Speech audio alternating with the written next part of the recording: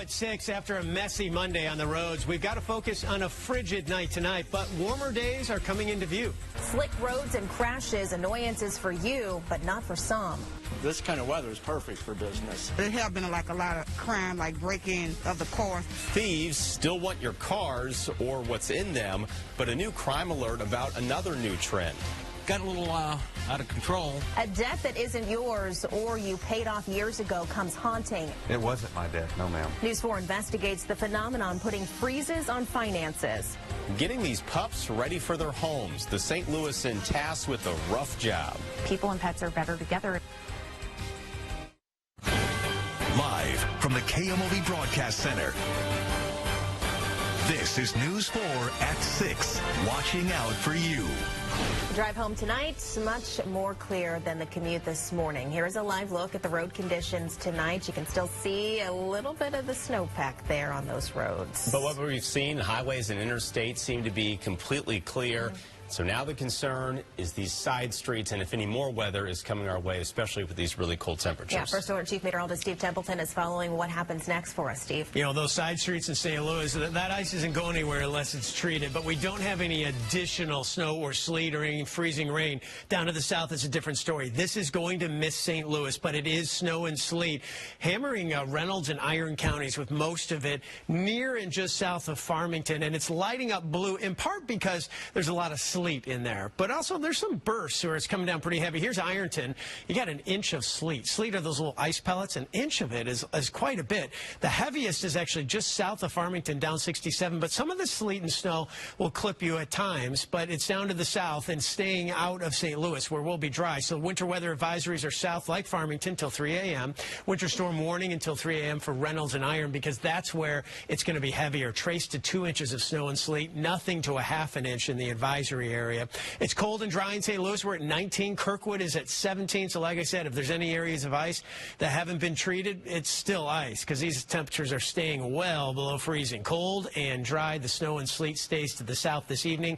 A frigid night tonight, but I do have a warm up in my forecast. I'll show you when our highs get back up to near 50 degrees coming up. Okay, Steve, thank you. The First Alert Traffic Center also continues getting updates from MoDOT and IDOT tonight on what they're doing tonight and tomorrow morning. Crews are being called in to work this evening, and they're also going to be on the clock overnight. There may not be a ton of melt, but they'll keep their eyes out for any issues. We're also watching from the skies for you tonight. Let's get you live out to Lambert Airport, and you see here part of the problem. Our camera is iced over tonight. There are dozens of delays and cancellations at Lambert this evening, but take a look at this map from FlightAware. The red you see there is where it's the worst. There are a ton of issues getting flights in and out of the Dallas area. American and Southwest Airlines predict canceling or delaying thousands of flights through at least noon tomorrow. And we know the roads have been treacherous. By on-road crews, truck drivers are some of the busiest people in the metro tonight.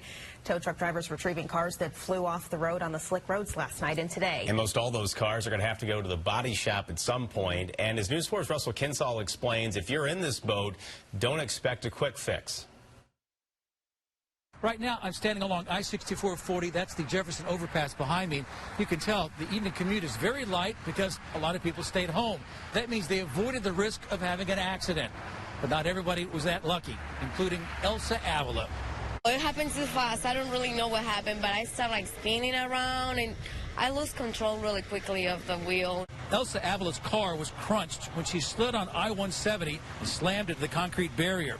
She was driving hours after the morning commute when most of the cars slid off the road, but somehow she hit a slick spot and spun out of control. Lucky I was wearing my seatbelt. I think that's what, saved my life because my car is a total and I don't really know how I got out without any injuries. It'll be up to her insurance company to decide if the car's totaled or could be repaired. It usually takes a couple of days of communicating with the insurance company before the damaged vehicles end up at a place like Don's Body Shop here on Woodson Road. This is what he expects to see. Usually they slide off and they hit the guardrail or they hit the median or something like that and tears a front end up or front and back if they spin around. Some of them come in with no bumper at all. It's laying in the street still.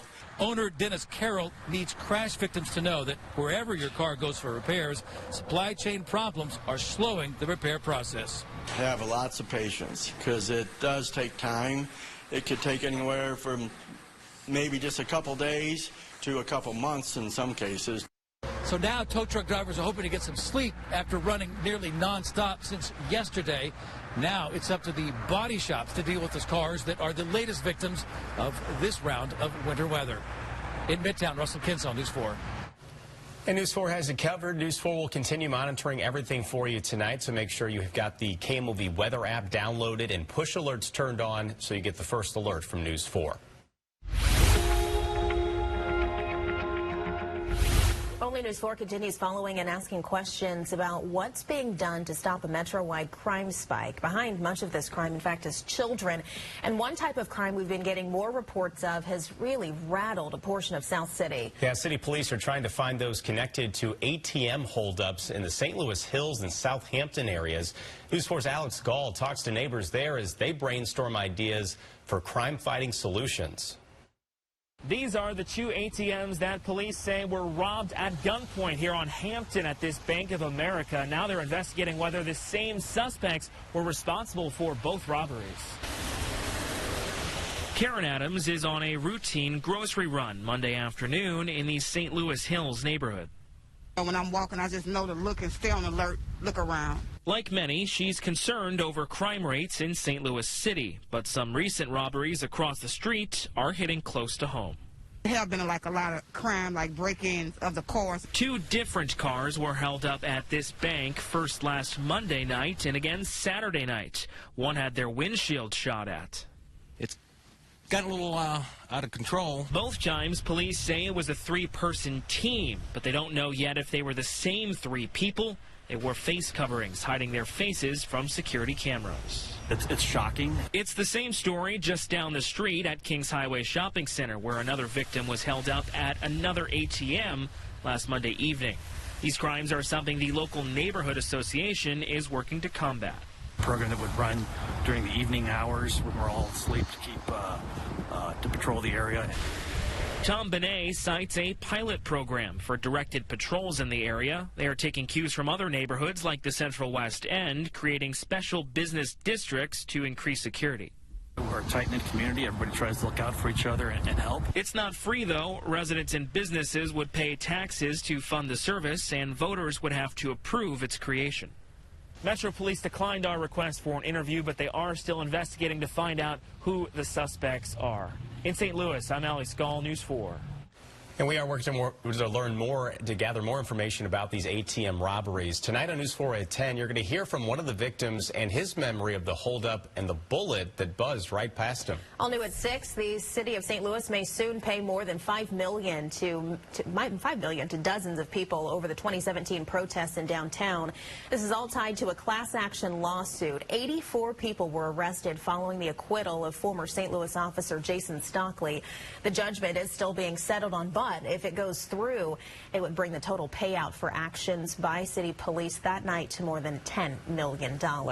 People living in Cahokia Heights, one neighborhood there, say they quickly dropped to the ground after gunfire that they say was coming from what they thought was their backyard. Cahokia Heights Police and Illinois State Police are now investigating an afternoon shooting.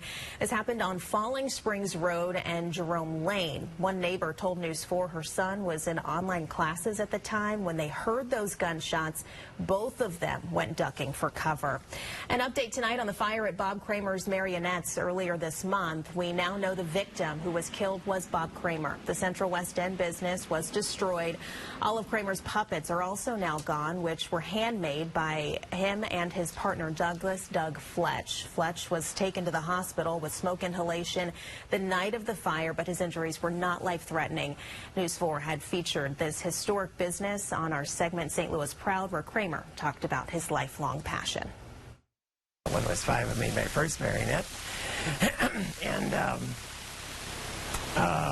it just kept growing every year. My parents would say, well, I'll grow it the next year. And it just kept getting worse. I kept doing more puppet shows. The Puppet Theater had been there since 1977 and was also their home. A GoFundMe has been set up. The cause of that fire still under investigation.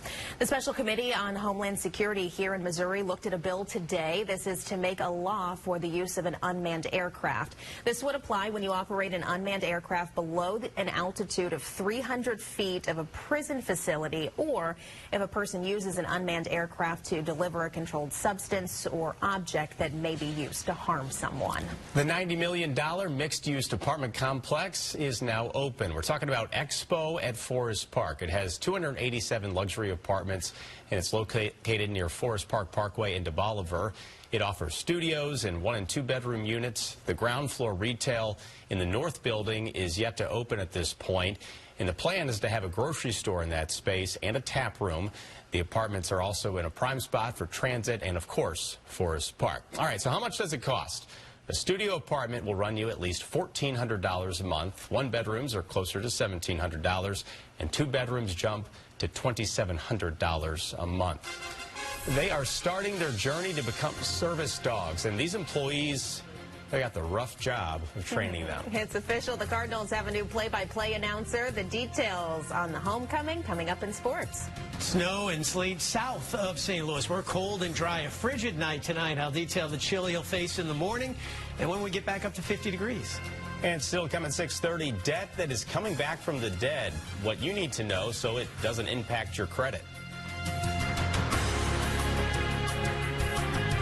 This is News 4, watching out for you. It is mighty cold out there today, but not too cold to rescue a pup. Is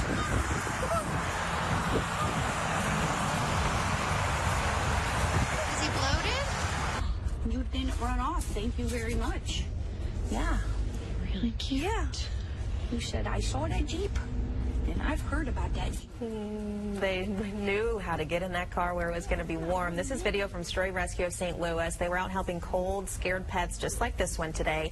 Staff say right now that shelter is over capacity and they are in real need of fosters. A labor of love, all for Labrador retrievers. Right now, Purina workers are raising pups as they prepare to take some big steps. News 4's Paige Holsey introduces us to the litter that's going to warm your heart.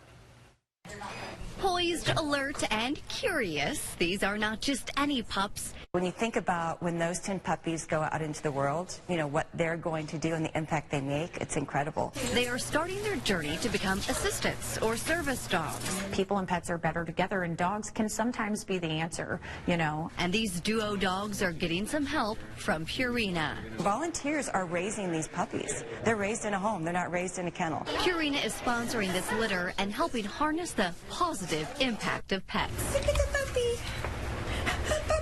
After just a few minutes of interacting with the dog, our blood pressure goes down. We start having reduced feelings of stress, anxiety, depression. And so we can't wait to see the kind of impact these 10 dogs have in our region alone. Last week, each of these puppies went home with a Purina employee. They're raising them as their own for the next 18 months and taking them to training once a week. When the time is up, the dogs will go back to duo for advanced training before they're placed. It is difficult to raise a puppy and then to have to bring it back. Yes, I'm not going to lie. It does kind of pull at your heartstrings, but when you see the impact that these dogs make in the community and with the clients that they are paired with, the extraordinary impact that these dogs makes it all very worthwhile. So I'm happy to be even just a small part of their journey. In St. Louis, Paige Holsey, News 4. And it truly is a labor of love. These dogs are to go on to help in hospitals, schools, or child advocacy centers. And this is pretty cool. Purina and Duo Dogs are going to work together to select one of those dogs to be the official facility dog for St. Louis City SC. That will be really fun to look forward to when they announce that. They are so cute. Very much so. So cute. I got my cute pup out today. He needed it, but we were walking kind of in the street versus the sidewalk because there was so much like slush and ice too. So we got him out for a walk though. Man, it was cold. But the good news is in St. Louis at least we didn't get additional sleet and snow today. south, that is not the case. Iron, Reynolds County getting hammered. I see it easing up here shortly. You see all that mess to the south, and this is going to stay south of St. Louis. We're not getting any of this. Easing up in Reynolds and eventually Iron County. In Ironton, we had a report of an inch of sleet. An inch of sleet. Sleet's those little ice pellets. A lot of that. Mainly near and south of Farmington. Southern St. Francis County, heavier versus the city of Farmington. But you might have seen some flakes or some light sleet in Farmington. Bottom line is this snow and sleet is going to be ending late this evening, and it stays south of St. Louis. We're just cold and dry. We do have winter weather advisory, including Farmington, but really not going to see a whole lot of accumulation here. It's a better chance farther to the south in Iron and Reynolds, where you get traced to 2 inches of snow and sleet. So all cold, but no snow and sleet falling. So that's the good news. Trying to find some silver lining in the clouds there. From BJC Skycam Network, a live look. 19 degrees. It is really chilly. 23 was the high today. That's the best we could do. Now, you notice this mess to the south continues to trek south and out. This is 10 o'clock. It's completely done for our friends to the south. We're dry in the morning, so the morning commute's dry. If there's any icy spots that haven't been treated, there's still ice, because we're obviously well below freezing all night tonight. Now, tomorrow afternoon, maybe we get a few flurries in St. Louis and perhaps a spot of snow to the south. I think at best you're looking at a dusting in St. Louis. At best we're looking at flurries. Some of the forecasts have it so dry we don't even get that. But just a heads up, you might see a few flakes in the afternoon and then dry for the evening commute. Look how cold we start off the day, 12 degrees. Now, the winds get a little lighter than today, 4 to 8 miles per hour, but still wind chill in the single digits. And it's going to be another cold day. 23 at noon, chilly and dry, winds at about 4 to 8 miles per hour. So, again, not too windy, but it's definitely a chilly day. 25 at 3 o'clock, cloudy, maybe a few flurries in the afternoon. And then by 6 o'clock, cold and dry, and we're at 24 degrees. There's warmer days ahead eventually. You have to be kind of patient here. The mornings all week, though, are bundle up mornings for the kids going to school, obviously, especially tomorrow. But even Wednesday, 16, and even Thursday, that's our normal low. It's still cold at 24, but the temperatures are going to be more noticeably warmer in the afternoon on Thursday, 47 degrees. So after a frigid Tuesday, just above freezing finally by Wednesday, and we'll get some melting, 47 on Thursday, and then 34, a little colder on Friday. It comes with sunshine Friday, though, and we will resume the warming trend into the weekend. So we have some cold mornings no matter what, but you can look forward to a little bit warmer days ahead, especially Thursday. That dip in temperatures Friday, again, comes with sunshine, so that helps out, and then we get the warming trend to really kick into gear over the weekend. 46 Saturday, a lot of clouds, breezy, and then 50 on Sunday. So we're back up near 50 degrees by Sunday, and highs still in the low 50s by Monday of next week. The Blues will look to end their current losing streak tonight against the Jets. Braden Shin talks about ending the first half of the season on a good note. Coming up in sports. It is official. Chip Caray is coming home. Bally Sports Midwest announcing Caray is the new Cardinals TV play-by-play announcer. As we all know, news broke early last week, but today Bally, along with the Cardinals, both confirming it. Caray is the son of Skip Caray and the grandson of the legend Harry Caray. Chip has been the play-by-play announcer for the Braves since 2010. Chip commenting on getting the gig, saying, quote, "I'm grateful and excited to come home and call the games for the team that made me fall in love with baseball as a kid in St. Louis County." He went on to say, "The honor of continuing the legacy of my grandfather Harry, my dad Skip, and so many other great Cardinal broadcasters past and present is the stuff dreams are made of." The first Bally TV broadcast of the season is February 25th for the Cardinals spring training opener. The Blues are on the cusp of a much-needed break. Some work still need to be taken care of, though. They're in Winnipeg tonight. Puck drop against the Jets is at 7 over on Bally. The Blues play tonight, then not again until February 11th. That thanks to the All-Star break. That game and festivities are this weekend, by the way. Players like Braden Shin know they can't start that break too early. Now with the chance for points over a divisional opponent. Obviously, highly skilled, having a good year, good goalies. So this is a game, before the break where you have to be mentally ready, right? You don't take this one off and say you have 10 days off after. So this is the one, both teams, whoever's more mentally sharp and mentally prepared and going out there to, expect to win is probably going to have a better chance, right? So, we know what these games are usually, not much room out there, just kind of a divisional matchup, and we've got to earn our ice out there. All right, it's it. Super Bowl 57. The Chiefs won a great one over the Bengals. The Eagles blow the doors off 49ers. So many great storylines on this one. Chiefs coach Andy Reid also coached the Eagles to a Super Bowl as well. Chiefs tight end Travis Kelce's brother Jason is the starting offensive lineman for the Eagles. Also a great quarterback duel between Mahomes and Jalen Hurts. Mahomes, though, is ready for it all. I mean, the job's not finished for us. I mean, we got a chance to go up against a great football team in Philadelphia Eagles. And so we got to enjoy this for about a day and then get right back to it because I've been in the Super Bowl, man. And winning it's a lot better than losing it. I was joking yesterday. Shout out to modern medicine. I mean, the guy, he broke his ankle last week, high ankle sprain. Yesterday, didn't really start limping until the third quarter, so should be a great one. I'm looking forward to it. It also helps to be young. That does. Just really athletic, yeah. All right, thank you. Well, News 4 at 6 continues next here at 6:30. New charges for a 6th officer involved in the death of Tyree Nichols. What legal experts are saying as more details come out. The battle over the nation's debt limit just getting started. What Republicans and Democrats are planning to do.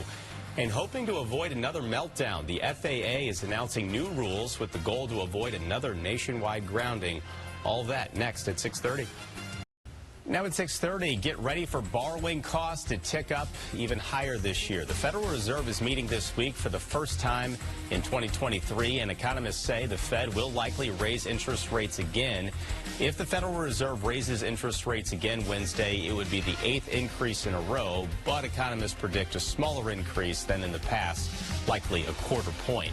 The DOJ says it will not provide all of the information that Representative Jim Jordan requested on classified documents found related to President Biden. Jordan, the chair of the House Judiciary Committee, demanded access to a host of documents related to this Biden special counsel investigation. But in a letter today, the Justice Department maintained it will uphold its longstanding practice of withholding information that could compromise ongoing investigations. Cindy Williams, who played Shirley opposite Penny Marshall's Laverne on the popular sitcom Laverne and Shirley, has died. Williams died in Los Angeles at the age of 75 on Wednesday after a brief illness. Her children said in a statement released through her family spokesperson. Williams also starred in American Graffiti and The Conversation from 1974. No doubt it is a sound you probably heard at some point today, as most of the area had a thick coat of ice when you woke up. Now, with these cold temps sticking around, let's check in with First Alert Chief Meteorologist Steve Templeton. Yeah, cold and dry for St. Louis. We're avoiding another round of wintry mix, staying to the south, but our friends in Iron Reynolds County have been getting hit pretty hard by it. This is snow and sleet. No freezing rain in this, but it's easing up in Reynolds and Iron County. In Ironton, they had a report of an inch of sleet, those ice pellets. That's a lot. Farmington may have been clipped by a few little snow or sleet pellets here, and parts of maybe around Chester too, but that heaviest kind of sleet starting to move to the east and out, and eventually this slides to the southeast and out, and it stays south. So this is not going to bother St. Louis, but winter weather advisory continues to south till 3 a.m. Not a whole lot of accumulation in that area. In fact, the winter storm warning until 3 a.m. is where the better chance for trace to 2 inches of snow and sleet. Nothing to a half an inch in the advisory area. Nothing for St. Louis. We're dry and cold. 19 degrees right now, 18 in Afton currently. Out in Glen Carbon, Illinois at 19 degrees. And temperatures are going to hang in the upper teens here. Cold, dry, snow, sleet stays far to the south, and we're dry. But it's a frigid night tonight. However, I have a nice warm-up eventually. You have to be patient, but I have highs getting back into the 50s. I'll detail when that hits coming up. Steve, thank you. One person is dead and 2 others injured in a shooting in East St. Louis. This happened Sunday just after 2:40 p.m. at the Pilgrim Green Church on Caseyville Avenue. The St. Clair County coroner identified the person killed as 16-year-old Devin Montgomery. The other 2 men were transported to the hospital with gunshot wounds. We are still learning more about a 5-year-old boy shot last night. This happened in a home in LaSalle Park. St. Louis police says the child's mother initially claimed a bullet came through the window of a home and then struck her child in the head. After further investigation, police now say a friend of the mother's was inside the home and had a gun. They say the gun discharged at some point by, quote, unknown means. Now the child is at the hospital in critical, stable condition. The child abuse unit is investigating that case. The violent videos of Memphis police beating 29-year-old Tyree Nichols have now been seen all around the world. 5 officers have been indicted on multiple charges, including second-degree murder. And new tonight, reports that paramedics are being fired for their involvement in that case. However, one legal expert questions if one of the charges is the right call. And a warning for you tonight, the video you are about to see is violent and can be hard to watch. Ivan Rodriguez reports. Get on the ground! 5 officers involved stand equally charged with 7 counts, including second-degree murder and aggravated kidnapping. But one legal expert says second degree is a gray area that could benefit the defense. It takes an awareness that there is a just likelihood that you'd be reasonably certain that your conduct would result in somebody's death. When the blows are as severe as they are, we're comfortable that we'll be able to prove that the defendants were reasonably certain, and that's really all that is required for a knowing killing, which is the relevant language for the second-degree murder statute. A 6th officer has now been relieved from duty. The district attorney won't say whether the 6th Memphis officer will be charged.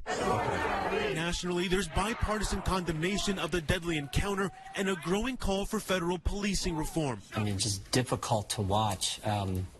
What strikes me is just a lack of respect for human life. We need a national conversation about policing in a responsible, constitutional, and humane way. Shame on us if we don't use his tragic death to finally get the George Floyd Justice and Policing Act passed. I'm Ivan Rodriguez reporting. And the George Floyd Justice and Policing Act failed in the Senate in 2021 after clearing the House largely along party lines. It is named for the Minneapolis man who died at the hands of police in May of 2020. The Congressional Black Caucus has asked for a meeting with President Joe Biden this week to move police reform negotiations forward. Today we are hearing from a children's therapist about how to cope with these videos like the one showing Tyree Nichols' beating. There's no right or wrong here, but it's really about tuning in to what you need in that moment and taking care of yourself. You know your past, you know your triggers, and that might mean that you do not watch the video. Baumstein says young children should not be exposed to violence, and it's important to listen to older children. Also, have an open, honest conversation about what happened and then validate their feelings. The Biden administration wants to make it easier for more women to get free birth control. A new rule, has been proposed to remove a Trump-era exemption to the Affordable Care Act that allows employers to opt out for moral convictions. Employers would still be allowed to opt out for religious reasons, and this would create a new option for women to access contraception at no cost. The fight over the nation's debt limit is just getting started. House Republicans say Democratic spending has led to inflation and interest rate hikes. They want to see cuts in the next budget before they vote to raise the nation's borrowing limit to pay America's debt. I want to find a reasonable and a responsible way that we can lift the debt ceiling but take control of this runaway spending. President Biden maintains that a default on America's debt is harmful to the economy. Wednesday, he and House Speaker Kevin McCarthy will sit down to discuss the issue. The Federal Aviation Administration has new safeguards in place to prevent another system failure. This comes after all national air travel was grounded earlier this month because of what was first reported as a corrupt file in the system, which distributes safety notices to pilots and air controllers. In a letter to Congress, the FAA says it now requires at least 2 people to be present during maintenance of that system. One of the individuals has to be an FAA manager. Also, changes will not immediately be synchronized to the backup system. The FAA says this will prevent possible data errors from being copied over.